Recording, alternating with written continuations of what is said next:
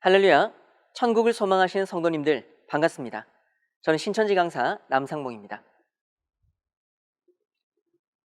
오늘 이 시간은 야고보서 2장의 내용을 본문으로 하나님의 귀한 말씀을 함께 나눠보도록 하겠습니다. 오늘도 이 열린 예배의 시간을 통해서 나 자신을 한번 돌아보고 올바른 신앙의 길을 걸어가시는 성도님들 되시기를 바랍니다. 먼저 본문의 말씀 야고보서 2장 14절에서 17절의 말씀을 읽어 보시겠습니다. 야고보서 2장 14절에서 17절. 내 형제들아, 만일 사람이 믿음이 있노라 하고 행함이 없으면 무슨 이익이 있으리요? 그 믿음이 능히 자기를 구원하겠느냐? 만일 형제나 자매가 헐벗고 일용할 양식이 없는데 너희 중에 누구든지 그에게 이르되 평안히 가라, 더웁게 하라, 배부르게 하라 하며 그 몸에 쓸 것을 주지 아니하면 무슨 이익이 있으리요? 이와 같이 행함이 없는 믿음은 그 자체가 죽은 것이라. 아멘. 네, 잘 읽었습니다. 본문의 말씀에는 행함이 없는 믿음은 그 자체가 죽은 것이라고 말하고 있습니다. 입으로 믿노라 하면서 행하지 않는다면 그 사람 속에 있는 그 믿음은 어떻게 확인할 수 있을까요? 행함으로 표현하지 않는다면 알 수 없는 것이고 표현하지 않는 마음은 진짜 마음이라고 볼 수 없을 것입니다. 예를 들어 사랑하는 사람이 있습니다. 얼굴을 볼 때마다 사랑한다라고 말을 하지만 월급날만 되면 다른 여자와 맛있는 것을 먹습니다. 사랑하는 것 맞을까요? 마음은 결국 행함으로 표현되어 보여지게 되는 것입니다. 정말 사랑한다면 월급날 그 사랑하는 사람과 맛있는 것을 먹으러 가지 않겠습니까? 이처럼 입으로만 하나님을 믿는다, 사랑한다고 하면서 하나님의 말씀인 이 성경에는 관심조차 없다면 그 믿음과 사랑은 온전하다고 말하기 어려울 것 같습니다. 왜냐하면 하나님은 말씀이라고 요한복음 1장 1절에 말씀하고 있기 때문입니다. 보이지 않는 하나님을 믿고 사랑한다면 말씀에 대한 관심으로 나타나는 것입니다. 야고보서 2장 22절에 보시면 믿음은 그의 행함과 함께 일하고 행함으로 믿음이 온전케 된다라고 말씀하고 있습니다. 이처럼 믿음의 시작은 말씀을 아는 데서부터 시작이 되고 믿음의 결과는 행함으로 온전케 되는 것입니다. 성경에서 믿음하면 떠오른 인물 누굴까요? 아브라함 아니겠습니까? 아브라함이 그 아들 이삭을 제단에 드리는 그 행함으로 의롭다 하심을 받았습니다. 아브라함이 이렇게 아들 이삭을 희생의 제물로 드릴 수 있었던 행함은 어떤 믿음에서 나온 것일까요? 여러분들에게 아들을 바치라고 한다면 내가 아브라함의 입장이었다면 가능했을까요? 안 그래도 말 안 들어서 속 터지는데 잘 되었다 하고 아들을 바칠 겁니까? 그런 분은 없겠죠. 아브라함도 100세에 얻은 하나뿐인 독자인데 너무나 귀한 아들인데 바치는 것이 쉽지 않았을 것입니다. 그래서 아브라함의 믿음이 오늘날까지 많은 신앙인들에게 인정받는 거 아니겠습니까? 그런데 사람들은 아브라함이 아들을 바쳤다는 것에 많이들 알고 있지만 어떤 믿음에서 나온 행함인지에 대해서는 잘 모르고 있는 것 같습니다. 성경 말씀 한번 살펴보겠습니다. 우리 히브리서 11장 17절에서 19절의 말씀 한번 읽어 보시겠습니다. 히브리서 11장 17절에서 19절. 아브라함은 시험을 받을 때에 믿음으로 이삭을 드렸으니 저는 약속을 받은 자로 돼 그 독생자를 드렸느니라. 저에게 이미 말씀하시기를 내 자손이라 칭할 자는 이삭으로 말미암으리라 하셨으니 저가 하나님이 능히 죽은 자 가운데서 다시 살리실 줄로 생각한지라. 비유컨대 죽은 자 가운데서 도로 받은 것이니라. 아멘. 네, 잘 읽었습니다. 아브라함이 믿음으로 이삭을 하나님께 드렸는데 이것은 하나님께 받은 약속이 있었기 때문입니다. 하나님께서는 아브라함의 자손으로 칭할 자는 이삭으로 말미암으리라고 창세기 21장 12절에서 약속을 하셨습니다. 그러므로 아브라함은 이 약속을 믿었기에 이삭을 제단에 바칠 수가 있었던 것입니다. 하나님은 약속의 하나님이시고 약속하신 것은 반드시 이루시는 분이 바로 하나님이십니다. 그러므로 하나님께서 약속을 이루기 위해서는 이삭을 희생의 제물로 드렸을 때 죽은 자 가운데서 다시 살리실 줄로 아브라함은 믿었던 것입니다. 하나님의 약속을 아는 믿음에서 이 행함이 나온 것 아니겠습니까? 그럼 우리 또한 하나님의 약속을 제대로 안다면 제대로 된 바른 믿음과 행함이 나오지 않겠습니까? 그러므로 성경 야고보서 2장 26절에는 영혼이 없는 몸이 죽은 것 같이 행함이 없는 믿음은 죽은 믿음이라고 말씀을 하고 있는 것입니다. 그리고 마태복음 7장 21절 이 말씀도 입술로 주를 부르짖는다라고 믿음이 있고 천국 간다고 착각할 것이 아니라 하늘에 계신 하나님의 뜻대로 행해야만 천국에 갈 수 있다라고 성경은 분명히 말씀하고 있습니다. 그러므로 신앙인에게 가장 중요한 것 세 가지를 말한다면 지식, 믿음, 행함 아니겠습니까? 이것이 하나가 되었을 때 그 사람을 온전한 신앙인이라고 부를 수 있는 것입니다. 안다고 하면서 믿지 아니하거나 믿는다 하면서 행하지 않는다면 아는 것과 믿는 것이 자신에게 무슨 유익이 있겠습니까? 이것은 결국 가짜배기 신앙으로 끝나버리는 것입니다. 2000년 전 예수님이 이 땅 가운데 오셨을 때 유대인들은 선민이라는 자부심과 성경을 알고 있다는 스스로의 생각에 사로잡혀서 그것이 자만이 되고 교만이 되고 나아가 예수님에 대한 선입견과 편견으로 가득 차서 그들의 신앙의 판단력을 흐려지게 만든 것입니다. 사랑하는 성도 여러분, 하나님이 계신 천국에 가려면 두 마리의 개를 버려야 한다는 얘기 들어보신 적 있죠? 바로 편견과 선입견입니다. 그리고 새로운 개를 입양해서 키워야만 한다라고 말을 하고 있는데요. 바로 그 개는 백문이 불여 일견이라고 얘기를 합니다. 즉 누군가의 근거 없는 말만 듣고 잘못된 지식으로 잘못된 믿음과 행함으로 신앙할 것이 아니라 내가 직접 보고 듣고 확인해야 올바른 신앙의 길을 걸어갈 수 있는 것입니다.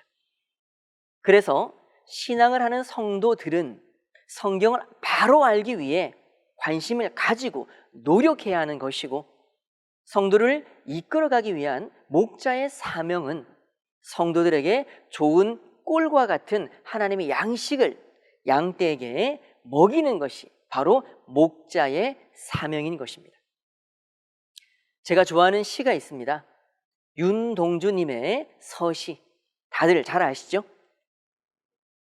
죽는 날까지 하늘을 우러러 한 점 부끄러움이 없기를. 목자라면 하늘을 우러러 한 점 부끄러움이 없는 신앙의 걸음을 걸어야 하고 항상 하늘을 의식하고 하늘이 인정하는 지도자가 되어야 할 줄 믿습니다. 디모데후서 4장 7절에서 8절의 말씀을 보시면 사도 바울은 죽음을 앞두고 디모데에게 선한 싸움을 싸우고 나의 달려갈 길을 마치고 믿음을 지켰으니 의의 면류관이 예비되어 있다라고 말씀을 하고 계십니다. 신앙인이라면 이 땅 위에 살아갈 때에 믿음의 선한 싸움을 잘 싸워 이겨야 되겠죠? 이 세상은 항상 우리를 힘들게 하고 넘어뜨리고자 합니다. 하지만 잠언서에 보시면 7번 넘어져도 8번째 다시 일어나는 자가 의인이라고 말씀하고 있습니다. 온전한 신앙인은 한 번도 넘어지지 않은 사람이 아니라 넘어지더라도 다시 일어나는 사람인 것이고, 때론 넘어져 봐야 하늘이 보이는 것 아니겠습니까?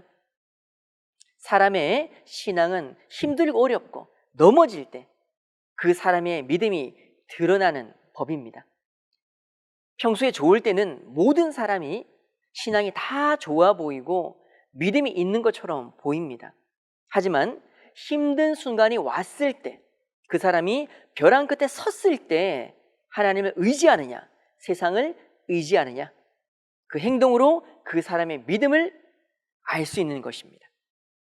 그렇다면 성경에서 말하는 진짜 믿음은 무엇일까요? 2000년 전 초림 때 유대인들의 모습은 오직 하나님만 의지하고 열심히 신앙을 하고 있었습니다. 하지만 그 믿음의 실체이신 예수님이 정작 왔을 때 그들은 어떻게 했나요? 예수님을 믿기는커녕 오히려 예수님을 핍박하고 배척하고 십자가에 못 박아 죽였습니다. 그리고는 이것이 하나님을 섬기는 예라고 생각했던 것이죠. 요한복음 16장 1절에서 2절의 말씀을 보시면, 내가 이것을 너에게 이름은 너희로 실족지 않게 하려 함이니 사람들이 너희를 추례할 뿐 아니라 때가 이르면 무릇 너희를 죽이는 자가 생각하기를 이것이 하나님을 섬기는 예라 하리라. 잘못된 지식으로 만들어진 믿음은 그 결과가 하나님의 뜻과는 전혀 다른 방향으로 가고 마는 것입니다. 하나님이 보내신 아들을 죽이면서도 전혀 양심의 가책이 없었습니다. 왜냐하면 그것이 하나님의 뜻이라고 착각하는 신앙을 했기 때문입니다. 오늘날도 마찬가지입니다.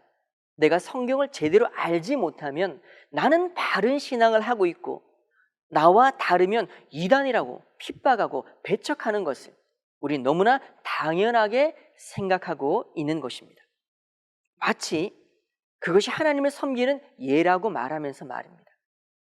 그런데 과연 그 행동과 믿음은 하나님께서 인정하실까요? 혹시나 나도 현대판 유대인의 모습을 가지고 있지는 않은지 우리 한번 돌아봤으면 좋겠습니다. 그리고 가끔 하늘을 보면서 얼마나 하늘을 의식하면서 살아가고 있는지, 하늘을 의식하고 신앙하고 있는지, 내가 신앙인이라면 하늘이 아닌 사람들의 시선과 눈치만 보는 신앙의 모습은 없는지 우리가 돌아봐야 할 때가 바로 지금의 때인 것 같습니다. 누가복음 17장을 보시면 인자에 나타나는 때가 마치 노아 때와 롯 때와 같다라고 말씀을 하고 있습니다. 노아 때 그렇게 방주를 타라고 한 번만 하나님의 음성에 귀를 기울여 달라고 외쳤지만 그들은 비웃으면서 외면했습니다. 오늘 나는 하나님을 믿으니까, 교회에 다니니까 안전하다고 생각하십니까? 나는 이미 구원받았고 천국을 보장받았다라고 생각하십니까? 오늘날 이 시대에 방주는 계시의 말씀이 자신을 지켜주는 방주가 되는 것입니다. 이것을 아는 신앙인이 얼마나 될까요?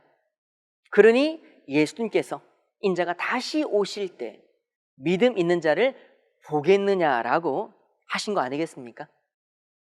그렇게 목숨 걸고 열심히 신앙했던 사도 바울도 뭐라고 말씀하셨을까요? 빌립보서 2장 12절에 보시면 나는 믿었으니 구원받았다, 천국은 이미 보장받았다 하던가요? 오히려 두렵고 떨림으로 구원을 이루어 가라고 말씀하고 계십니다. 그리고 고린도전서 9장 27절에도 보시면 내가 내 몸을 처 복종하게 함은 내가 남에게 전파한 후에 자기가 도리어 버림이 될까 두려워함이라 라고 말씀하시는데요. 남에게 복음을 전파한 후에 도리어 내가 버림이 될까 봐 사도 바울은 두렵다라고 얘기를 하십니다. 철저히 자기 자신을 이 말씀에 복종시키는 신앙으로 본을 보이셨습니다. 사랑하는 성도 여러분, 누가 그런 얘기를 하던데요. 신앙은 장난이 아니다. 세상에서 가장 무서운 단어는 대충이라는 단어인 것 같습니다. 신앙은 큰 교회나 큰 교단 속에 있다고 결코 안전한 것이 아닙니다. 그런 대충적인 생각은 자신을 더 아니라고 나태한 신앙으로 만들 수 있음을 우리는 기억해야 합니다. 성경을 통해서 진짜 신앙을 찾아야 합니다. 2000년 전 유대인들도 지금까지 쭉 내려오던 전통이 있는 유대교를 믿어왔습니다. 하지만 그곳에 하나님이 함께 했던 것이 아니죠. 오히려 그들은 진리를 배척하고 진리를 철저히 외면했던 곳이 바로 하나님을 믿는다는 유대교였습니다. 오래된 전통이 좋다고 생각할 수도 있지만 고인물이 되어서 부패할 수도 있다는 생각을 또한 해봐야 하지 않을까요? 오늘날도 마찬가지입니다. 오래된 전통을 자랑하는 교단이라고 결코 하나님이 함께하는 것은 아닙니다. 중요한 것은 성경은 신앙의 때를 말해주고 있는 것입니다. 지금은 추수 때라고 말합니다. 2000년 전 예수님이 뿌렸던 그 진리의 씨가 뿌려진 밭, 즉 교회에서 곡식처럼 우리가 지금까지 자라왔다면 이젠 말씀을 깨달은 알곡들을 모으는 역사도 있지 않겠습니까? 사람의 계명을 신앙의 길로 삼을 것이 아니라 철저히 진리의 말씀을 기준으로 하는 신앙을 했으면 좋겠습니다. 사랑하는 성도 여러분, 지금 이 시대는 열린 계시 말씀을 깨달아야 할 때입니다. 온전한 믿음으로 거듭나서 성경의 뜻대로 온전한 행함이 있는 성도님들 다 되시기를 간절히 바라겠습니다. 오늘 말씀은 이것으로 마치겠습니다. 다 함께 기도하시겠습니다. 고맙고 감사하신 아버지 하나님, 오늘 이 시간 열린 예배 말씀으로 하나님께 나올 수 있도록 인도해 주심에 진심으로 감사 올려드립니다. 오늘은 신앙인의 온전한 행함이라는 주제로 야고보서 2장의 말씀을 함께 나누었습니다. 시대마다 하나님께서 신앙인들에게 원하시는 것은 입으로만 하는 신앙이 아니라 그 믿음을 보여드리는 온전한 행함이었습니다. 우리는 이 시대에 어떠한 신앙을 하고 있는지 스스로 돌아보게 하시고 하나님께서 인정할 만한 행함이 있는 믿음을 가지게 하여 주시옵소서. 그리고 누군가를 비판하기 전에 나의 모습을 성경으로 먼저 비춰보게 하시고 고쳐가게 하여 주시옵소서. 마태복음 7장 21절처럼 하나님의 뜻대로 하는 신앙인이 다 되게 하여 주시옵소서. 감사드리옵고 살아계신 예수님의 기이하신 이름으로 기도 올려 드리옵나이다. 아멘. 감사합니다. 좋은 하루 되십시오.